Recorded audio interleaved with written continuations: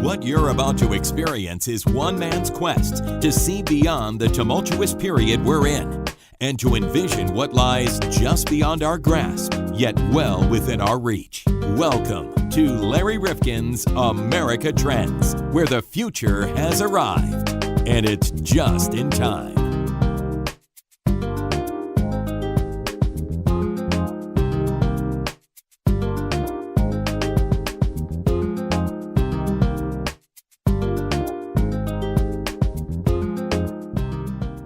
Hi, I'm Larry Rifkin. We continue our two-part series on young people in China and their important role in our world. We've posted our interview with Roseanne Lake on her book Leftover in China, The Women Shaping the World's Next Superpower. Today, we meet a young American in his late 20s who has also spent a good deal of time in China. You'll hear his facility with Mandarin and glean some remarkable insights on his counterparts in that country. His name is Zak Dychtwald, and the book he's written is Young China, How the Restless Generation Will Change Their Country and the World. Make certain to listen to both Roseanne Lake and Zak Dychtwald here on America Trends. Zak Dychtwald is with us. And Zak, I've got to ask you, when we think about China today, how much does America really understand all that is going on in China, particularly as it relates to the young people, the next generation? Well, often when we look at China, we do focus on old China, old perceptions of what it means to be a Chinese person, old perceptions of what they do every day and what they care about. This young generation has an entirely different focus, an entirely different outlook. And there are several key factors that distinguish young China from old China. First, they're open-minded.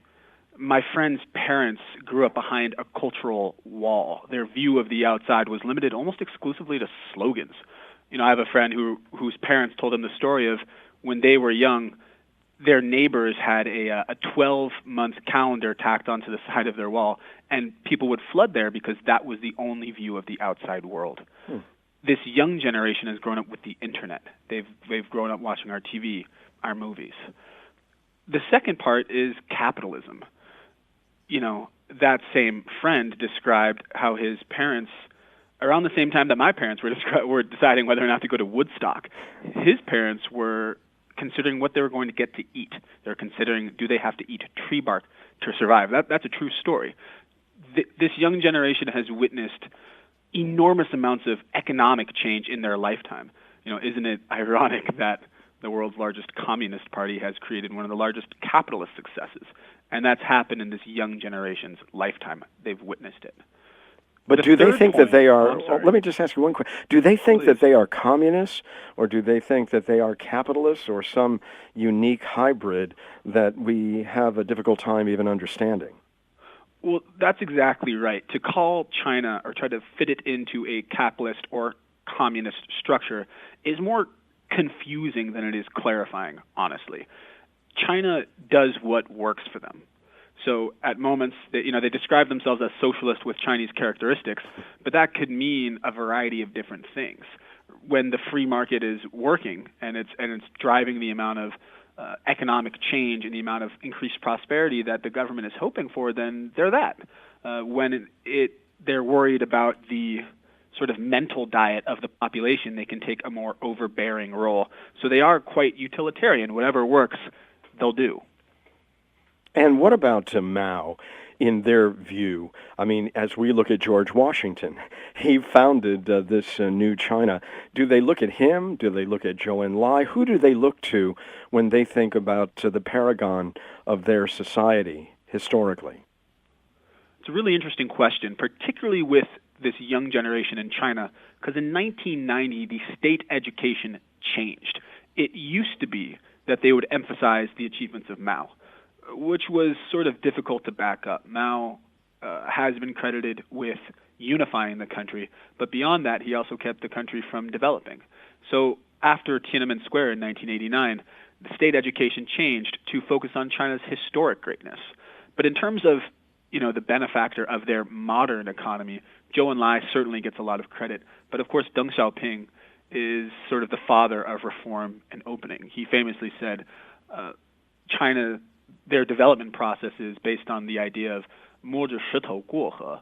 It means crossing the river by feeling the stones, which is a beautiful way of saying we don't really know what we're doing. We are groping with our feet into the river of time, trying to cross from the banks of really an undeveloped, impoverished country into the developing and then developed world. So it's a beautiful way of saying we're figuring out as we go. How confusing is that to this generation? And at the same time, why don't you remind us, as a very young man, how you got all of this knowledge about China? You've been there, obviously, but explain how your book, Young China, really came about. Sure. Well, I originally went to China as an exchange student. I had never been to Asia before I was 20, and I went not entirely on a whim, but I was interested in the future. I was a big science fiction junkie, so when I was deciding where to study abroad from Columbia, I figured I could go to Europe and study history, or go to China, where everyone was saying the future was happening. I went, and my experience in China was actually more confusing than it was clarifying, because I didn't know the language and I couldn't really interact with people.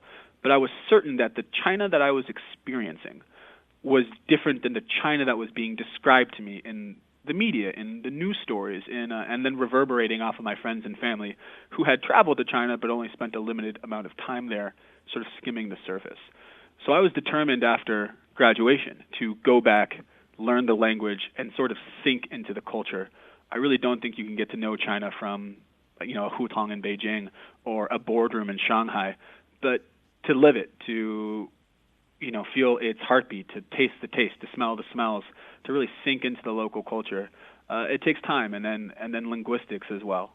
Well, we can tell that you have a facility with that, and throughout the course of the interview, feel free to lend that expertise to the discussion. Is there a greater schism between West and East, young and old, or urban and rural when you look at China? I would say the generation gaps in China are unlike anything that we can even comprehend here. So urban, rural, absolutely, but the gaps between generation and generation, there's an interesting stat that I like to sort of illustrate the rate and scale of China's change over the last 27 years. So I'm born in 1990. When I was born, since I was born till now, the United States per capita GDP, sort of the metric for living standards, has increased 2.5 times, which is pretty incredible, particularly for a developed country.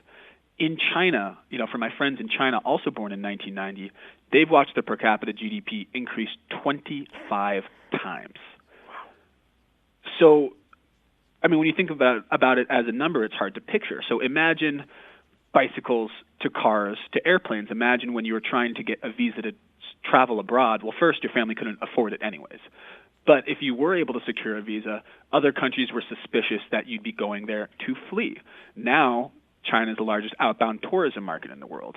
This young generation has watched a rags to riches story. They've watched their country quite literally move from a subsistence-oriented nation, focused on subsistence-oriented questions. How am I going to get enough to eat?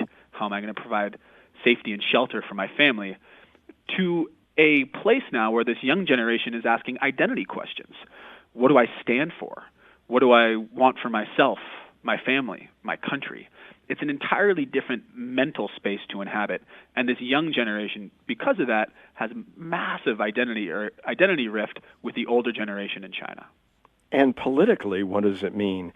In other words, how interested are they in determining their own fate? They obviously feel that a lot more of their future is bright and hopeful and optimistic, and yet we think of their political system, not their economic system, as rather repressive. Right. So this is a really important point. Young China sees their government as effective. Flawed, absolutely, but effective. And it's actually based on more experience than any other generation in China has ever had. 1 in 3 students studying abroad in the United States right now are from China. 1 in 3. It's a massive population. 2/3 of all the passport holders in China are under the age of 35.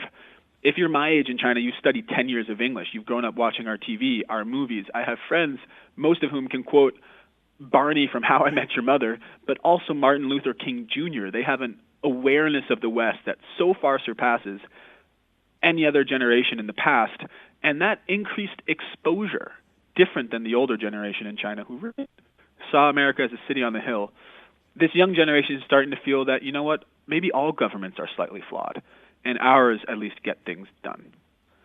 So do they look upon America as a beacon or as a possibility in terms of representation going forward, or are they accepting of the competency of their government even if it limits some of their freedoms? China is looking less to, particularly this young generation is looking less to America than in the past, honestly. My friends describe how at the 1996 Olympics, so really one of their early memories if they were born again in 1990, they're watching the Atlanta Olympics, and their parents told them, "Look, that's America. That's the best country in the world." It really was a city on a hill. And then you have the 2008 Olympics, where China surpassed the United States in gold medals. They had one of the most amazing, choreographed, unified opening ceremonies in world history. And if you're a young person, you look at that, and while of course it's a symbolic gesture, it sends a message not just to the rest of the world, but to the population in China too, that things are not as they were. And that while, of course, particularly around information access, this young generation is curtailed somewhat. I would say censorship, by the way, does not mean media blackout. What does it mean? Well, recently in the last year, it's been a little bit rougher than it was before. But I have friends whose favorite show used to be Jon Stewart. I was in China during the election, and we were replaying clips of now President Trump and his interviews in the past.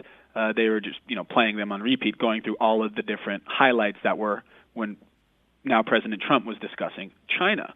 They actually do, because each of them has studied around 10 years of English, have a comfort and facility with Western news and media materials that we actually, there's no parallel for millennials here with China.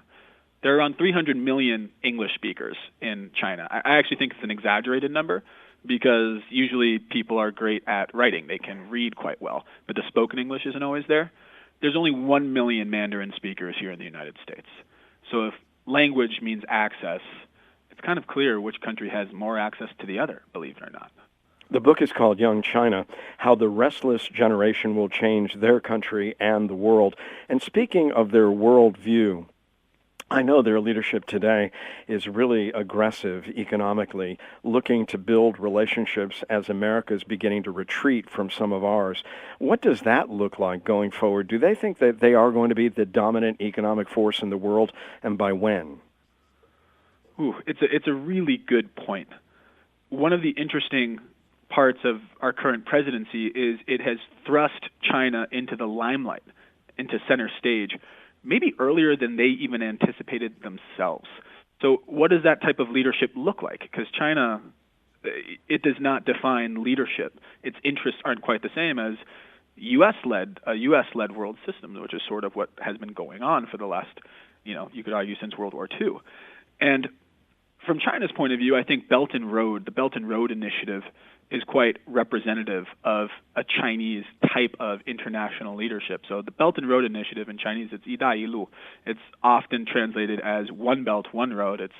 They've recently amended that to the Belt and Road Initiative, because it's not just a belt and a road. It's 5 major infrastructure projects that includes up to 68 different countries at the moment. So it's still in relatively early stages, but that means they're building roads, they're building highways, they're building trains, they're building ports, they're creating new trade routes. That includes an enormous Asia extended region. So not just Asia, but all the way into Africa. You have Kenya who's involved, all the way to Europe. They're building a train to London. It's a type of economics forward type of leadership that says, whereas in the United States, we've now shown that every 4 years, really every election cycle, we might tear up a trade deal like the TPP.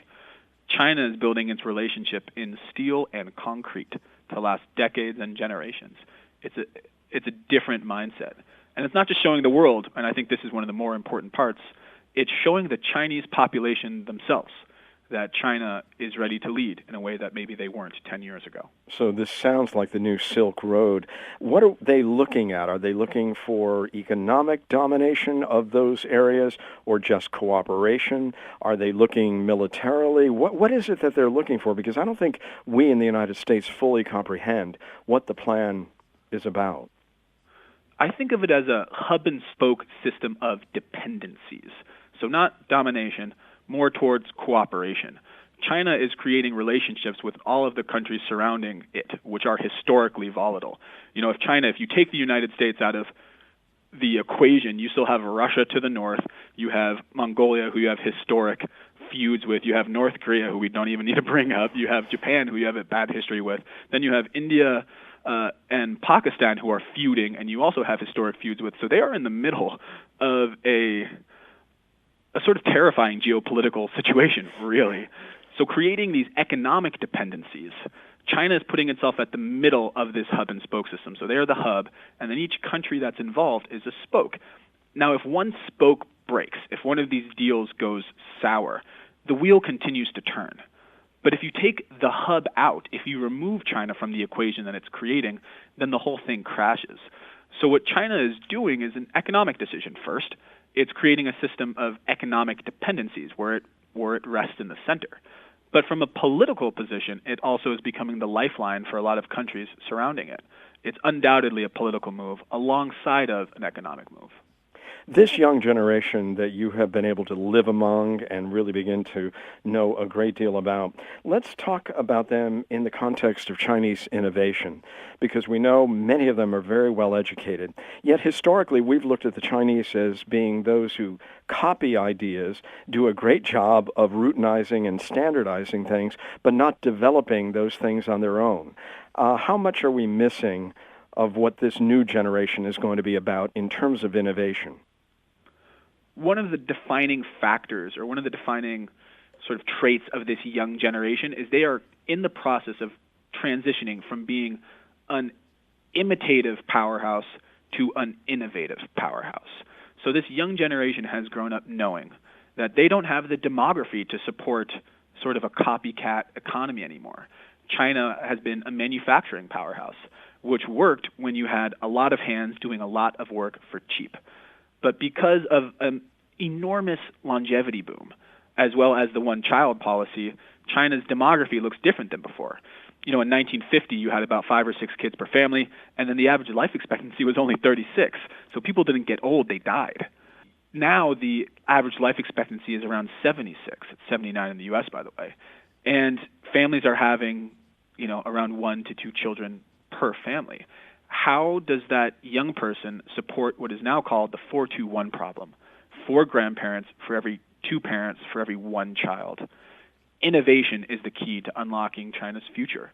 And this young generation recognizes that if it wants to bring prosperity to not just the country on a major macro level, but change the fate of their family, they're going to have to be innovators. And you're already starting to see it. We'll return to this episode of America Trends in just a moment. If you like what we're doing here at America Trends Podcast, please don't keep it to yourself. I know there are a lot of people, John, who think, well, if I'm listening and somebody else wants to listen at the same time, maybe we're going to collide and they're not going to be able to hear us. Yeah. Is that the way the technology works? No, there's plenty of bandwidth. Everybody can listen at the same time. All right. Well, that sure dispels that myth. Now, you can do a number of things that would really be helpful to us. You could give us a kind rating or a review at Apple Podcasts, and that boosts what they consider to be our value and visibility. And what does that do, John? Well, that puts us in the forefront so that you can find us easier, and most important is other people can find us easier.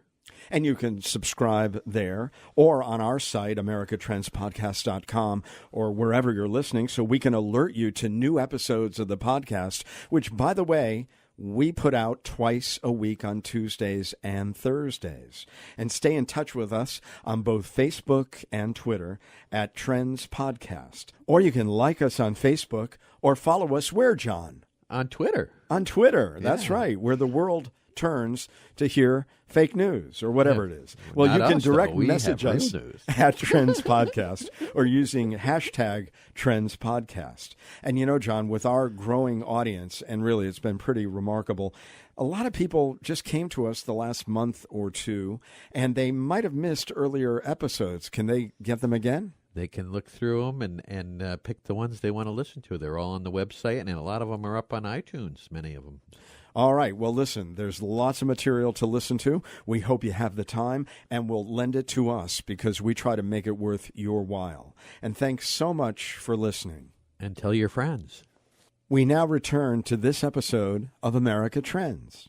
And how rapidly can this society adjust to those types of demographic effects? In other words, with a government like this, which can turn a lot of things in one direction or another, are they better suited than perhaps even a dynamic economy like ours that can get out of sync depending upon, the capabilities within the private sector? Can the public sector in China affect a quicker change? With the Chinese government, it always depends on how good the leadership is. They're able to steer from the front. You could argue because they are such a big country. Remember, 1.4 billion people. It's difficult for an entire market to move without someone pushing it. The government has been able to stay relatively nimble despite its size. And you could argue that's an advantage of their government system. There are, of course, downsides as well. So one of my favorite China watchers, Bill Bishop, he writes for Axios now, he said, no one's ever made a living betting against these guys. They are able to, again, cross the river by feeling the stones in ways that other governments might not be able to do because they're able to be more adaptive. In terms of these young people, they're going to be looked upon, I'm reading from you and others, as more consumers, because in the past, a lot of it was production-driven, but no expectation that the domestic economy would be able to absorb a lot of this. Therefore, a lot of those products went overseas. What about the expectation of these young people as consumers? Oh, yeah. Okay, so there's a big to-do about American millennials. I'm an American millennial. Everyone asks me, what do we stand for? What do we want to buy? How do we become loyal? There's about 80 million of us. There are 400 million Chinese millennials, 5 times more than what we have in the United States, and more than the entire population of the U.S. and Canada combined. Currently, every market they touch, they redefine.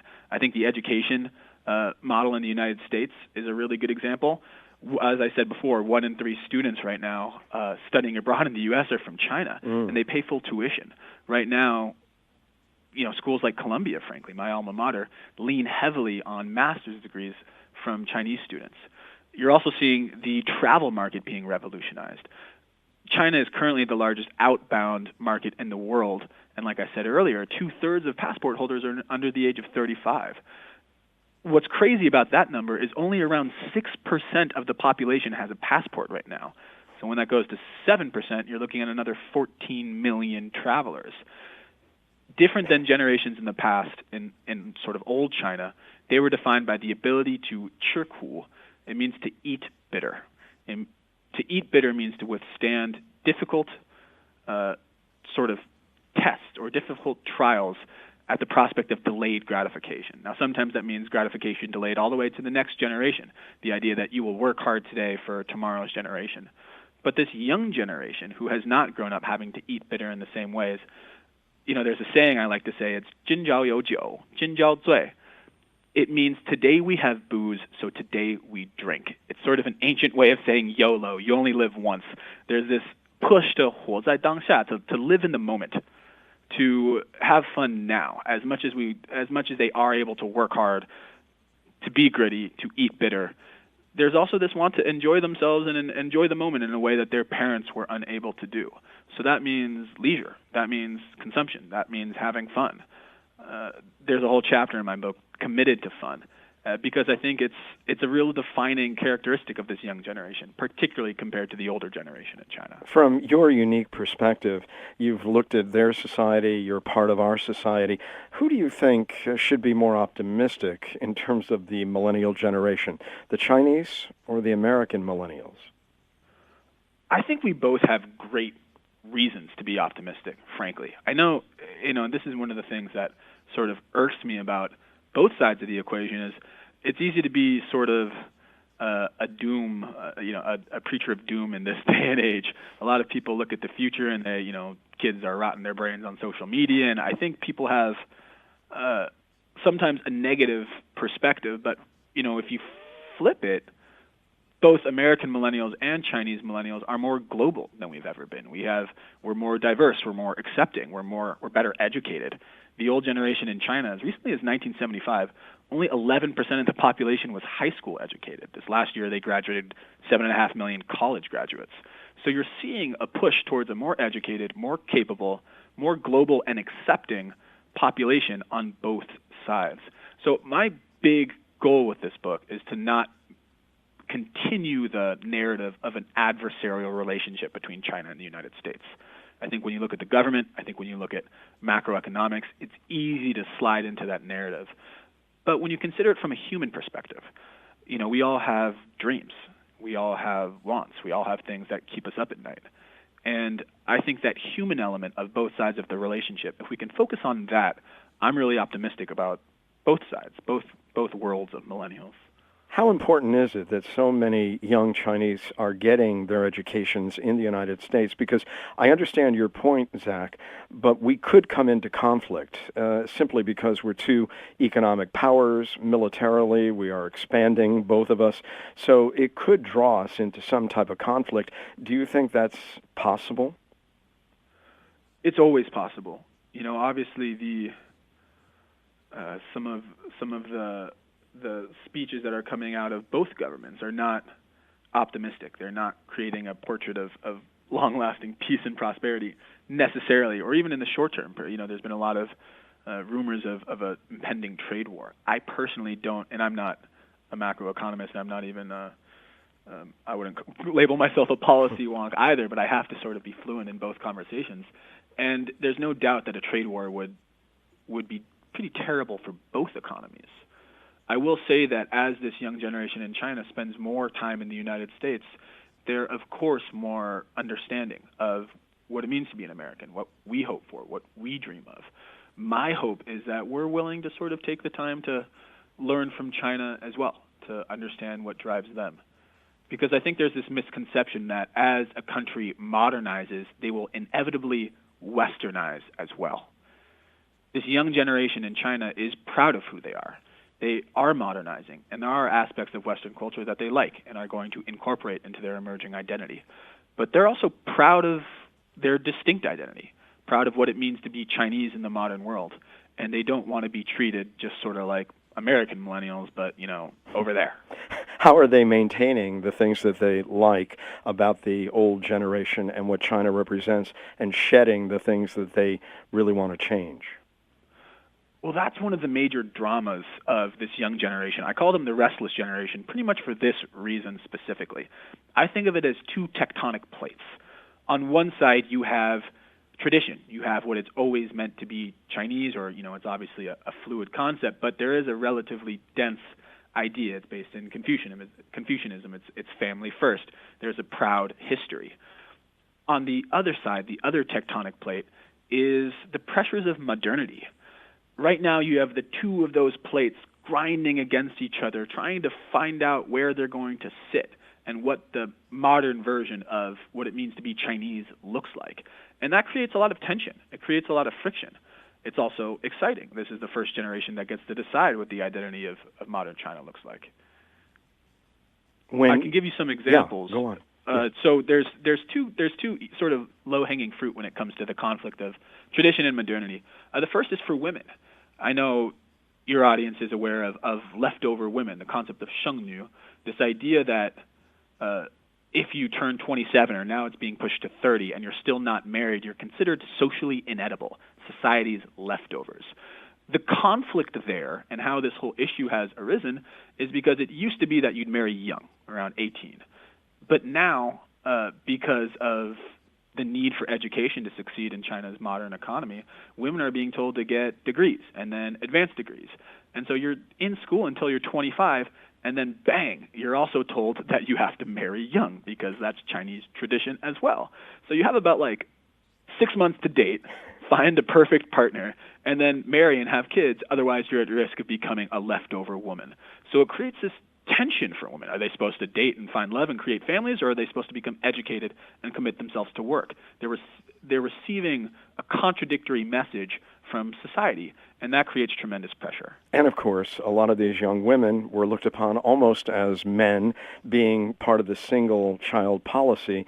A lot of the expectations that might have been put on a guy are put on the women there. And what is the impact and the lasting effect of the single child policy, and how well are they transitioning to a two-child policy? The transition is almost not happening. It's almost non-existent.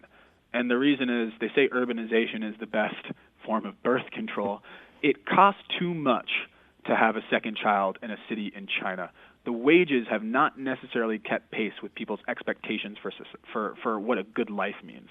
And the young people in China, when they're faced with having, a first child and a second child, they describe the consideration of how much of their resources will they be able to commit to that one child, or will they have to divide to give to two children? How competitive will their single child be in society, fighting for a place in school, fighting for a place in college, fighting for a job in a rough job market, versus if they had two children? Well, maybe they wouldn't be able to afford that after-school tutor. Maybe they wouldn't be able to afford that English program or to send their kid overseas to get educated. So these practical decisions about a second child are really informing people's decisions about whether or not to increase the size of their family. Zak Dychtwald, I can't thank you enough for coming by today. And, of course, we talked to Roseanne Lake, and now we talked to Zak Dychtwald to get a better idea of what's going on in China today as it relates to its young people, because clearly we'll both be on the world stage as major powers for the foreseeable future. Young China, how the restless generation will change their country and the world. Zak, great job and congratulations. Why don't you say goodbye to us in Mandarin? 尊敬的各位观众们，大家再见. Thanks, everyone. This was a blast. Thank you so much, Zak. We really appreciate it.